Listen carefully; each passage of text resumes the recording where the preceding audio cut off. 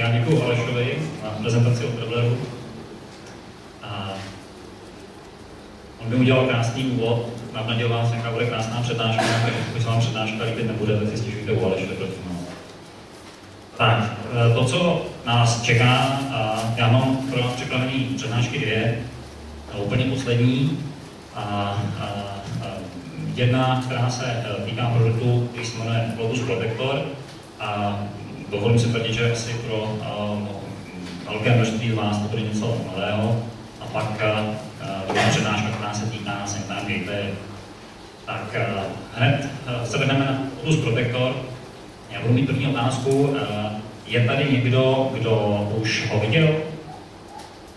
Někdy Lotus Protector? Lidi v černých klikách se nepočítají. Dobře, takže nikdo z vás ještě nikdy neviděl Lotus Protector. Tak to je možná dobrá informace.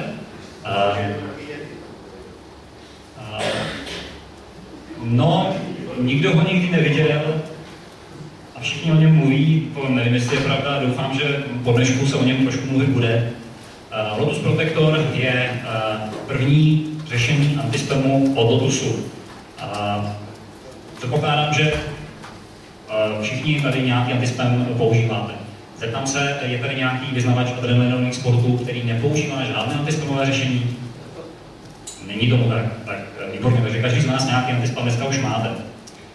Ty antispamy, které jsou dneska k dispozici, tak jsou poměrně komplikované řešení, funkční řešení.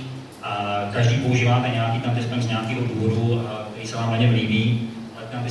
Ty antispamy mají i nějaké nevýhody. Jednou z těch nevýhod, kterou já vidím, když se těm antispamama poměrně dost zabývám, tak tou nejhorší nebo největší nevýhodou všech těch řešení je, že integrace s Lotus Notes tam poměrně vázne. Ty integrace jsou založeny na tom, že do poštovní databáze uživatelé nahrajete nějaký agenty, který tam provádějí rozstřiďování do karantény, do složky chunk mail a tak dále. Ale když uživatel se potřebuje podívat té karantény, tak ty maily má u sebe, respektive v poštovní databázi, tím pádem v podstatě postrádá ten antispam ten zásadní výhodu toho, že ty maily, když vám přicházejí, tak vám to nešetří výkon toho domino serveru. Vy prostě nějak potegujete, uživatel se do toho dostane, ale to domino to musí zpracovat. Jsou antispamové řešení, které mají vlastní karanténu, drží se to někde stranou, ale domino to nepadá, a pak uživateli třeba přijde do domailu link, jednou za týden, jednou za den, přišlo ti kolikhle spamu, klikněte na ten odkaz, otevře si nějaká stránka, uživatel se do ní přihlásí a tam vidí nějakou svoji karanténu. Že? Ale nějak rozumně spravovat blacklist, whitelist přímo z Notesu, když mi přijde nějaký spamový řek, já už to nechci dostat, nebo naopak přidat si vlastní whitelist přímo z Notesu, abych to nemusel dělat nějakým externím produktem, to prostě neexistuje. Takže Jimka tvrdí, že Lotus Protector je v podstatě jediné řešení, které je aktuálně na trhu, které má plnohodnotnou integraci s Lotus Notes, podotýká verze 8.5.1. To znamená, že to je relativně čerstvá informace a bavíme se o Lotus Protectoru verze 2.5, ten je venku asi týden. Takže je to úplná novinka, která obsahuje právě tady ty základní vlastnosti. Co je na Protectoru hezké, je, že se instaluje hrozně rychle, distribuuje se buď to jako instalační balíček na IBM železo řady X-Series různých typů, a nebo jako VMware appliance. To znamená, kdo máte VMware, tak si stáhnete VMware image, má asi 1,6 GB a uděláte deploy do vašeho virtuálního prostředí, to je to, co my se tady ukážeme. No a po nějakým lehkým proklikání, dejme tomu během 10 minut a stažení aktualizací, máte v podstatě funkční řešení, který je schopný zachytit asi 99% spamu, který k vám přichází. Pokud se chcete dostat na nějakou úroveň 99, víc než 99%, tak to vyžaduje nějaké drobné nastavení už pochopitelně. Tak, já jsem budu tady zmiňovat o tom Protectoru, jak je to skvělý produkt, protože, jak už jste asi pochopili, ten produkt je venku, aspoň ta verze 2.5 je venku teprve týden, takže žádná masivní zkušenost s tím pochopitelně není. Budu vám to prezentovat na VMwareu, předpokládám, že drtivá většina z nás to bude taky. Kdybyste to chtěli vyzkoušet, tak provozovat na VMwareu. Co je pozitivní, je, že to VMware řešení je laděný na propustnost 70 000 e-mailů za hodinu, což je docela velký grafik. Kdyby někdo z vás tady měl větší přenosový požadavky, tak v případě, když nasadíte na dedikovaný hardware, tak se může teoreticky dostat až na 360 000 těch zpráv za hodinu, což si myslím, že už jako, prostě jsem se ale zatím právě v praxi nesetkal takovýma požadavkama. Tak, nebudu dlouho povídat, ukážeme si hned živou ukázku. První věc, která se mi o tom protektoru líbí, je, že zatím, jak už hodně takových řešení, které IBM někde koupila, tak zatím to není ještě ovlivněný to IBM moc.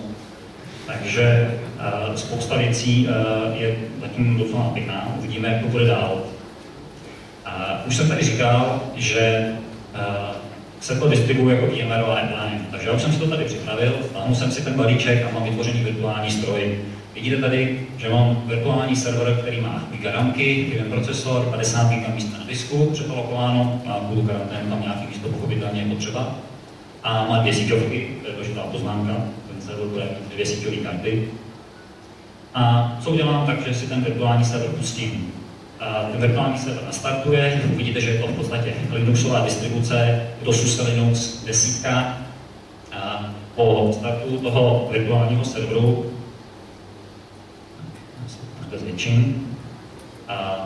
Nastartuje mi virtuální server, tak ten virtuální server po startu po mně bude chtít nějaký základní nastavení. Já se do toho přihlásím základním uživatelským jménem a heslem, který je defaultu admin. A potom máte možnost nastavit IP adresy, abyste se na to dostali zvenčí, protože celá veškerá další zpráva už se nedělá z té Linuxové řádky, ale dělá se z webového rozhraní. Takže jenom tu úvodní konfiguraci, kde si nastavíte hesla, nastavíte si tam IP adresu, nastavíte si DNS jméno a věci, které souvisejí se síťováním a změníte si ty hesla, tak pak už nic dalšího v podstatě z toho Linuxu jako takového neděláte. Tak ten Linux startuje nějakou chviličku vyřešíme, než nám to nastartuje, bych vám ukázal tu úvodní konfiguraci. Po tom vlastním startu, když já si nastavím ty IP adresy, tak už se do toho připojím z internetového prohlížeče. Ten internetový prohlížeč vyžaduje, aby měl nainstalovaný Java Runtime Engine, protože spousta těch věcí, které tam jsou, tak jsou udělané v Javě, takže musíte tam mít povolenou Javu, musíte mít povolený pop-upy v tom internetovém prohlížeči, ale je tam wizard, který když si tam připojíte, tak on to poprvé očekuje a říká vám, nemáte povolený pop-upy, povolte si je, nainstalujte si Javu a tak dále. Takže dá se říct, že ta instalace toho protektoru se můžete zadarmo stáhnout z webu IBMky, na konci prezentace budete mít odkaz na to, si můžete stáhnout. V té instalaci to je 90-denní zkušební licence, naprosto plnohodnotná, akorát to funguje 90 dní jenom. A v podstatě bez jakýkoliv návodu, který byste k tomu potřebovali, tak se to dá intuitivně nainstalovat, nepotřebuje k tomu vůbec žádný další znalosti. Nicméně pokud byste ty znalosti měli, já už jsem to jednou použil, tak tady mám takový trošku pompárny, pokud byste chtěli nějaké bližší informace k protektoru, tak taky na konci prezentace budete mít link do wiki databáze Lotus Notes Domino, kde jsou krásné články o protektoru, jsou tam přímo videa. A to, co já vám tady budu ukazovat, tak na tom webu si pak můžete stáhnout video toho, kde je jednak ta úvodní konfigurace a jednak je tam i nastavení potom těch dalších parametrů a včetně toho, jak udělat integraci do Lotus Notes. Ale tohle je to, co vám já tady teď ukážu. Takže první věc, kterou já udělám, přihlásím se uživatelským jménem admin, zadám heslo admin, zobrazí se mi průvodce, takže vidíte, že když člověk neumí napsat nic v Linuxu, tak jako tady se v tom snad vyzná. To, co já musím nastavit, tak pokud bych si chtěl změnit hesla, tak si je změním, já nebudu měnit, já změním jenom DNS jméno toho serveru, pojmenuji ho protektor suto.cz.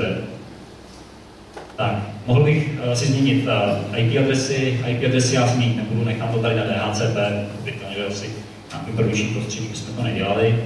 Konfiguraci uložím, ono se to sejme, zkontroluje si to jsem tam napsal správně. Říkali to DNS jméno, to není moc co kontrolovat. Tak, odhlásím se na quit. To je v podstatě všechno, co bylo potřeba udělat. Takže já teď se můžu přihlásit tím správný myši.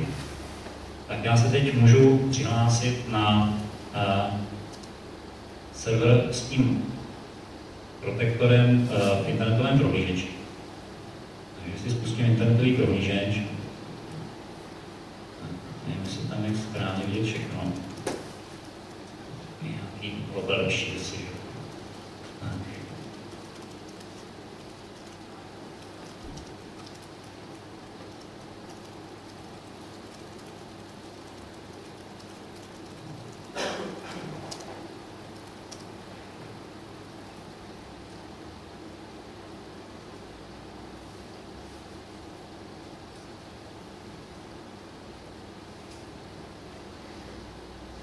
přes DPS protokol se neřekl.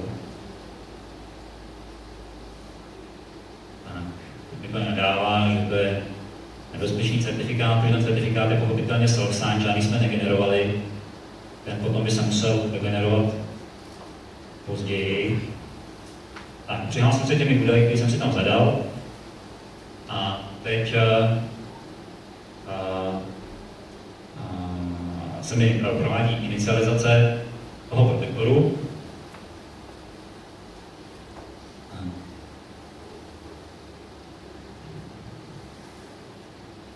Tak, teď se právě probíhá kontrola té Javy, probíhá kontrola pop-up token. Pokud bych ty pop-upy já neměl povolený, tak by mi to vynadalo. Teď se mi spouští nějaký javaplet, tak já mu budu důvěřovat. Spustí se mi, teď mi to vynadalo, že nemám povolený pop-upy, tak já si ty pop-upy tady pěkně povolím, řeknu hello a kliknu tady dále, že je nastaveno a že můžeme pokračovat.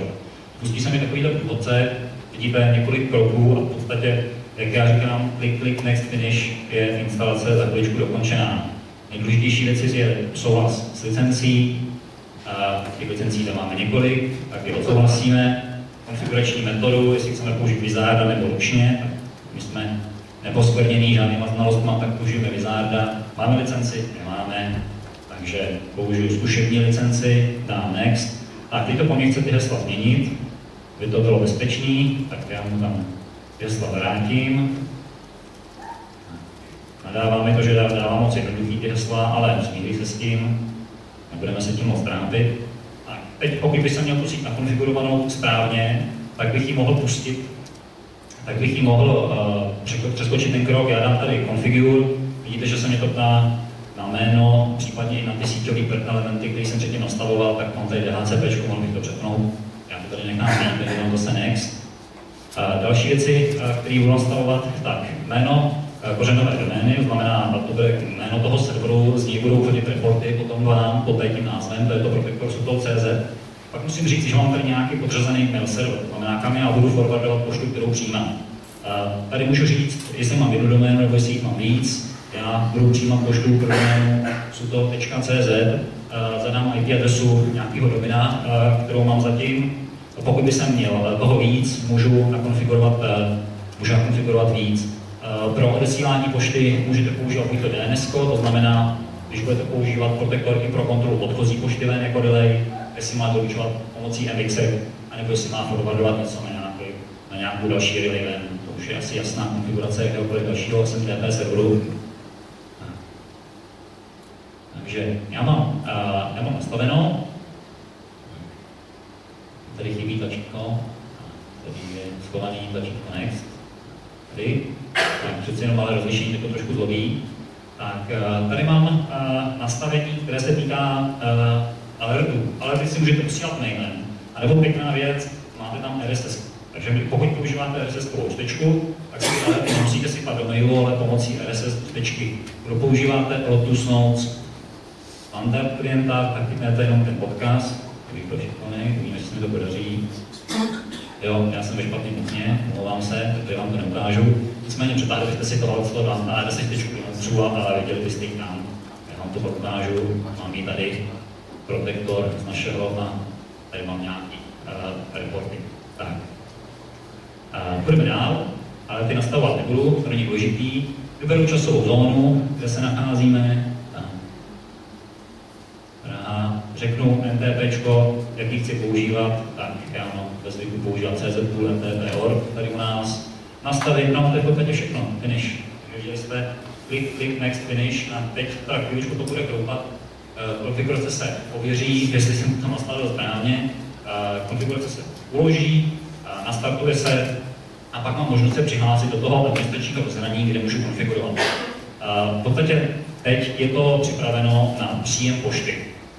Bez jakýkoliv další konfigurace. Není to napojený na domino, to znamená, si ten server zatím je nějaký postfix nebo je příště úplně jedno.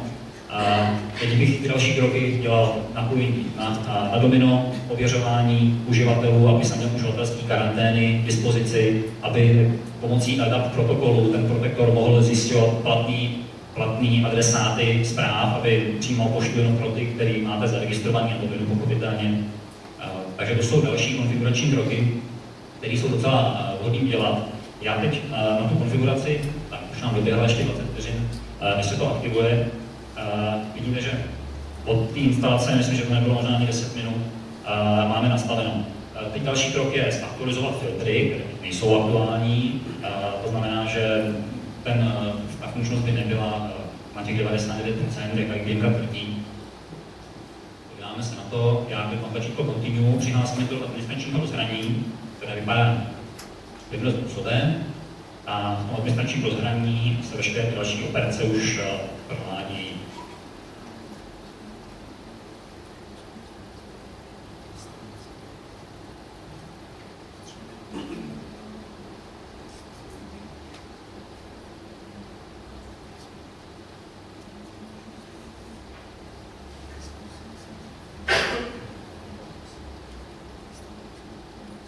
Tady vidíte, že mám v podstatě rovnou mi to přišlo do sekce Update and Licensing, kde se mi aktivovala zkušební licence, nicméně aktivovaný produkt, který říká, nemáš aktualizováno. To znamená, nejsou tam žádné definice nahraný, teď musíte stáhnout. Asi tak 500 megabit, takže to by tady chvilku trvalo na těch 2 megabitech, už jsme asi nestihli. Proto já tady mám připravenou SMS-ku, mám tady připravený protektor, který už je aktualizován, který už je v nějakém provozu. Vypadá takovým způsobem. Mám tady rozčleněno, jaký kategorie aktuální filtrů byly použity a aplikovány na provoz. Já jsem ten protektor pustil v noci včera, když se podíváte někdy asi kolem 10-11 hodin, jsem to pustil do internetu, nasměroval jsem na to jednu doménu a od večera tam přišlo tolik mailů, když se toho podíváte, tak jsou tam vidět různý typy filtrů. Nejčastější problém byl, že jsou neplatný adresát. Má 43% filtrů zareagoval na to, že tam je prostě generovaný spam. A adresy, které neexistují na rovinu. To je hrozně efektivní vlastnost, která vám toho může strašně moc. Tak, abych si neukrádal čas ještě z té prezentace, tak vám nebudu popisovat ten protektor jako takový. Myslím si, že to může krásně projít a myslím si, že to je docela intuitivní a s těma videama, které jsou k dispozici na webu, je to pěkná věc. Jediné, co vám ukážu, je integraci. Pokud máte už Domino verze 8.5.1, tak můžete v desktop politice byste našli poslední položku, která se jmenuje Protector adres. Napíšete tam IP adresu protektoru pro uživatele. A pokud máte ten protektor napojen na nějakou adresářovou strukturu, direktory například, tak se uživatelé můžou přihlašovat. Já to tady jen ukážu vám policy object. Jak to bude kroupat, ale jste do živého systému přes internet, takže uvidíme, jak to bude rychlý. Já se omlouvám za takovou vsuvku, jenom prosba, nemáte někdo startovací kabely? Já to pomocný mám teda na autě. Prosím? Mám v autě. Tady u sebe ne. A to je by asi prostě beru. Můžu vás poprosit? Děkuji moc. Tak, my jsme tady zobrazili politiky mezi tím a politika. Tak, jen co najdu directories. Tady vidíte, mám tady nějakou adresáturu DD. Když bych se na ní podíval na vlastnosti, tak se jedná v podstatě o napojení na LDAPový server, stavení domino a ověřování před nějaký LDAPání.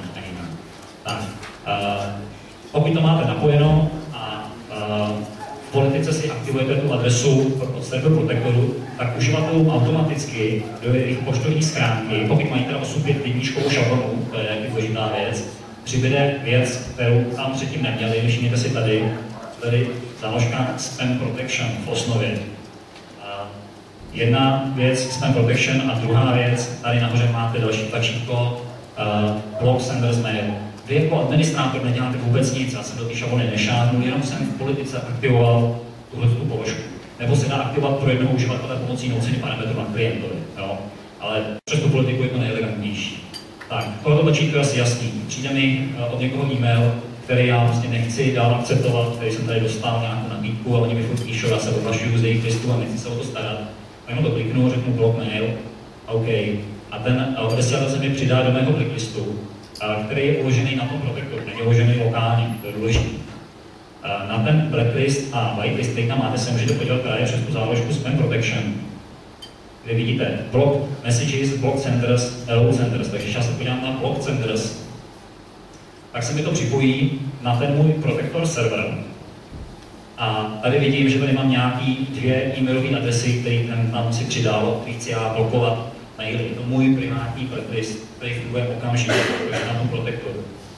No a když se chci podívat na nějaké blokované zprávy do mé karantény, v podstatě, tak zase kliknu, klient se připojí na ten server Protector, vygeneruje mi obsah mojí karantény a tady vidím, že tady mám nějaký jeden spam, který mi tam spadnul a co já s ním můžu udělat. Mám tady v podstatě 3 volby. Jednou z nich je přidat toho uživatele do povolených příjemců, to znamená, je to nějaký false positive, spadlo to tam mobilem a já chci, aby mi to dál chodilo, takže si vytvořím můj privátní whitelist, který je preferovaný. Nebo můžu přidat toho odesílatele do blokovaných odesílatelů. Přímo všechny maily tady od toho budou blokovaný. On to do té karantény spadlo kvůli nějakým jiným filtrům. No a nebo varianta B, že se chci podívat, o co vlastně jde. Takže si ten mail můžu otevřít, můžu se na něj podívat, tady mi nabízí, že bych pokud něco většího koukám, tak si můžu vybrat, jestli ten mail chci odstranit z té karantény, potažmo, jestli to chci blokovat, anebo jestli si ten mail úplně vidíte link doručit, to znamená, to chci poslat do toho svého mailu. Je to plně na uživateli. Uživatel to má pod svojí kontrolou, jako administrátor to řeší, to jestli mě někdo volá a ptá se mě, hele, tady posílali před 2 hodinama mail, mě nedorazil, není to náhodou, z antispamu sežraný, vy se tam přihlásíte, projedete si karanténu, jestli to tam je nebo není. To je docela jako otravná práce, tady to v podstatě všechno na uživateli. A to nesmírně důležitá věc je, že vy tam na tom dominu nemáte, ty maily pořád drží na té bráně před ním, takže ten domino server v podstatě tím spamem vůbec není ovlivněný. No, takže to spojuje všechny výhody těch spamových řešení, které jsou k dispozici. Tak, takže to by bylo asi tak všechno k Protectoru. O Protectoru by se dalo povídat asi hrozně dlouho. Já tady s tou verzí jsem si hrál v podstatě jenom včera, takže nemám ji úplně v paži, nicméně hrozně se mi zalíbila a myslím si, jako, že to je jedno samotné řešení, které vypadá hodně jako dobře. Tak, pokud někdo máte k Protectoru otázku, tak klidně se s ní na mě vrhněte.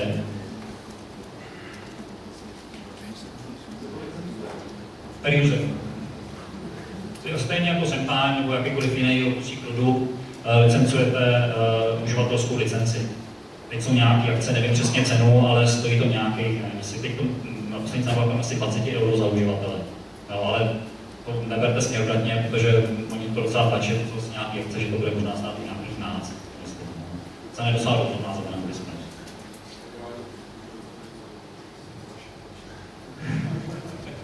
Nevím o tom, že by tam bylo nějaký omezení, takže by to mělo být i po jednom.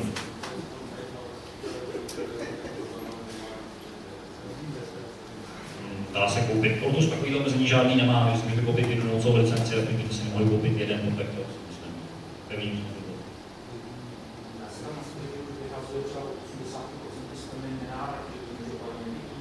Ano, veškerá taková funkce tam může být, teď je tam řečeno, že v podstatě všechno padá do karantény, to by bylo v těch politikách, nebudu vám to ukazovat, ale ta konfigurovatelnost tam je hodně bohatá, takže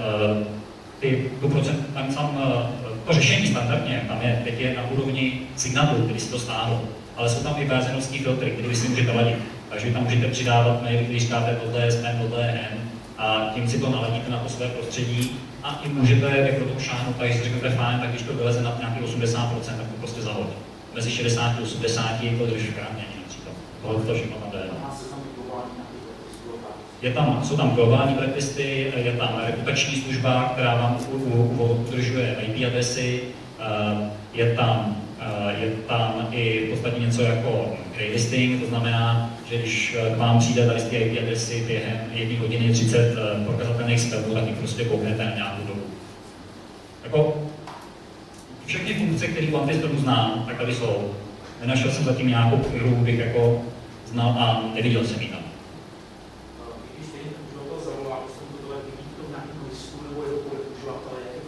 Vy jako administrátor v té administrační konzoli si můžete zobrazit každého uživatele, tady user management.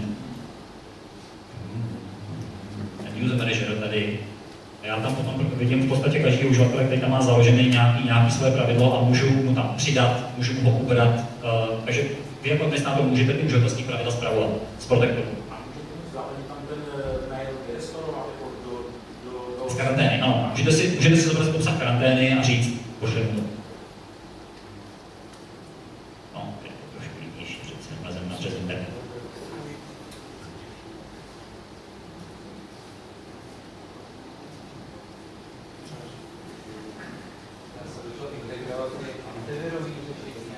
Antivir to není. No, on má antivirové definice v sobě, ale ty se aktualizují poměrně jako dlouhým intervalu, mně přijde. Dneska ten problém je většinou tím spamem a ten ty viry jako takový už takový drastický problém nejsou, ale je fakt, že to je možná slabina tohoto systému, kterou já tam vidím. Ve srovnání třeba se Simon Techno Security, která ty definice aktualizuje klidně rychleji, tak tady se mi připadá, že ty antivirové definice aktualizují prostě v řádu týdnu. No, což jako, nevím, jestli tam transformují něco špatně někde, ale na první pohled mi to tak přišlo, což jo, to by mohlo být eventuálně slabina toho systému. On sám o sobě říká, že to je prostě antisystém. Prosím. Jo, dvě síťové karty, děkuji za poznámku. Jedna síťová karta je příchozí, na který to filtruje, přes kterou se to manažuje, přes kterou se tam přihlašují uživatelé do karantény například. Druhá síťová karta je ta, ze které se doručují zprávy někam dál, do vaší vnitřní sítě, do domina.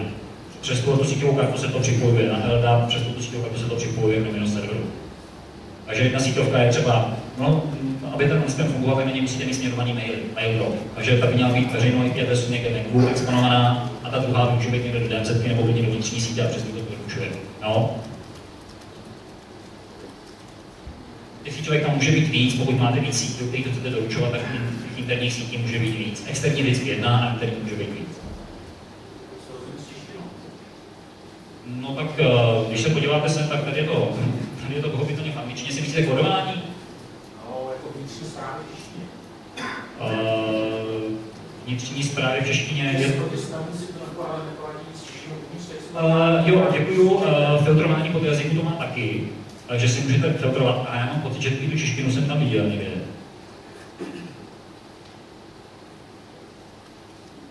Musel bych to hledat. Bylo to někde v politikách, jo, ale byl tam tak dlouhý seznam, že si dovolím tvrdit, že ta čeština by tam mohla být. Jestli to funguje, to nevím. Nepoznáte za 4 hodiny. Tak. Jo, na tohle ten phishing má hezkou věc, že pokud to identifikuje phishing, tak to uživatel to hodí bedne jak kráva do něj nahoru. Bacha, tohle je phishing. Dej si na to pozor. A dobrá věc je, že to funguje i na ten problém s non-delivery reportama, pokud znáte, který chodí lidem, tak to má taky krásný záběr. A to je tady přímo vlastní trigger. Tak, jo, ZLA, NDR, tady na tom serveru, na kterém jsem, tak tady to je ten vnitřní, tam není nic, ale taky vám to říká, kolik těch zpráv to zachytil. Tak já teď si dovolím teda pokročit o kousíček dál toho protektoru. Co se týče pak nějakých dalších dotazů, můžeme potom až skončit tu prezentaci, pokud budete, tak jak tomu říkáme afterparty, jako pochopitelně tam můžeme prohodit pár slov. Takže toť Lotus Protector jako rychlý úvod. Prezentace, dostanete na ně odkazy, já vám tady ukážu ještě, abych ji dokončil tu prezentaci. Poslední slide, který jsem vám tam nějak chtěl ukázat, jsou nějaké odkazy, jednak na stažení té 90 zkušební verze a na dokumentaci a ten poslední Lotus Notes Domino Wiki, to je obecný odkaz na všechnu tu problematiku, o které jsme se tady v podstatě bavili.